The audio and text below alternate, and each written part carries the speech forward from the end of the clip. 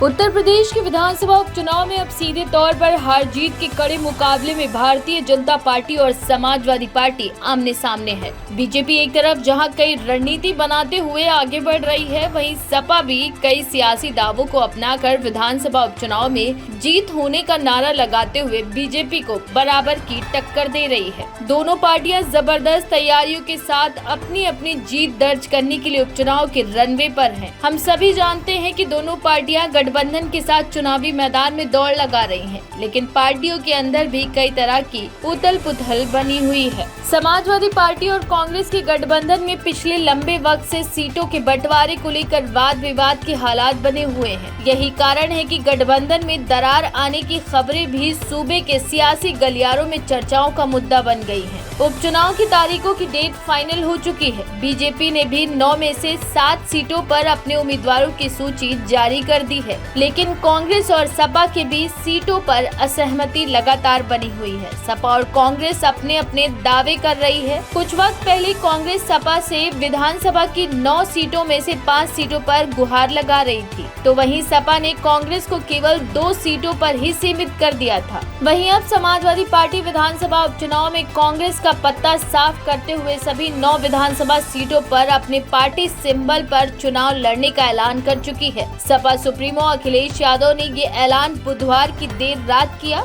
दरअसल social media platform x पर सपा की ओर से एक लंबा पोस्ट किया गया, जिसमें लिखा था कि बात सीट की नहीं जीत की है। इस रणनीति के तहत इंडिया गठबंधन के संयुक्त प्रत्याशी सभी 9 सीटों पर समाजवादी पार्टी के चुनाव चिन्ह साइकिल के निशान पर चुनाव लड़ेगी। कांग्रेस और सपा एक बड़ी जीत के लिए एकजुट होकर कंधे से कंधा मिलाकर साथ खड़ी है। इंडिया गठबंधन इस उपचुनाव में जीत का नया अध्याय लिखने जा रही है। सपा की ओर से किए गए इस ट्वीट में भले ही कांग्रेस का जिक्र हो, लेकिन कांग्रेस यूपी विधानसभा उपचुनाव में कहीं न कहीं काल के गाल में समाने जैसी स्थिति में बनी हुई है। हरियाणा विधानसभा चुनाव में कांग्रेस के खराब प्रदर्शन के बाद शायद सपा सुप्रीमो किसी भी तरह का रिस्क लेने के मूड में नहीं है। यही वजह है कि कांग्रेस को 2 सीटें देने वाली समाजवादी पार्टी ने अब सभी सीटों पर चुनाव लड़ने का ऐलान कर दिया है। बात अगर कांग्रेस की जाए तो उनकी सियासी जड़ें भले ही पुरानी हो, लेकिन मजबूत नहीं है।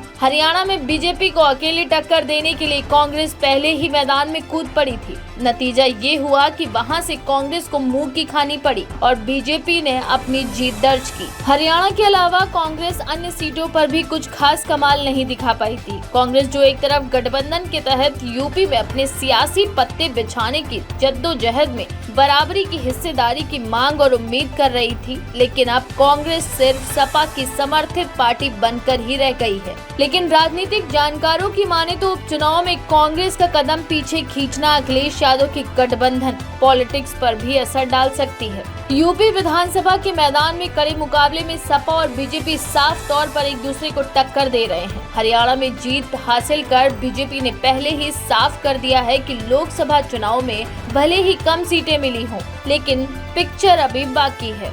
विधानसभा की 9 सीटों में से 7 सीटों पर बीजेपी ने अपने प्रत्याशियों की सूची 24 अक्टूबर 2024 को जारी कर दी है और बीजेपी की इस लिस्ट में करहल से अखिलेश यादव की जीजा को उतार कर ये संकेत दे दिया है कि मुकाबला आसान नहीं होगा। संकेत ये भी कहते हैं कि विधानसभा उपचुनाव में सपा की राहें आसान नहीं है। कांग्रेस के साथ गठबंधन के तहत उपचुनाव के अखाड़े में उतरना, 9 सीटों पर अकेले ताल ठोकना, देखना ये होगा कि क्या अपने दम पर विधानसभा उपचुनाव में सपा बीजेपी को मुंह के बल गिरा पाएगी या नहीं।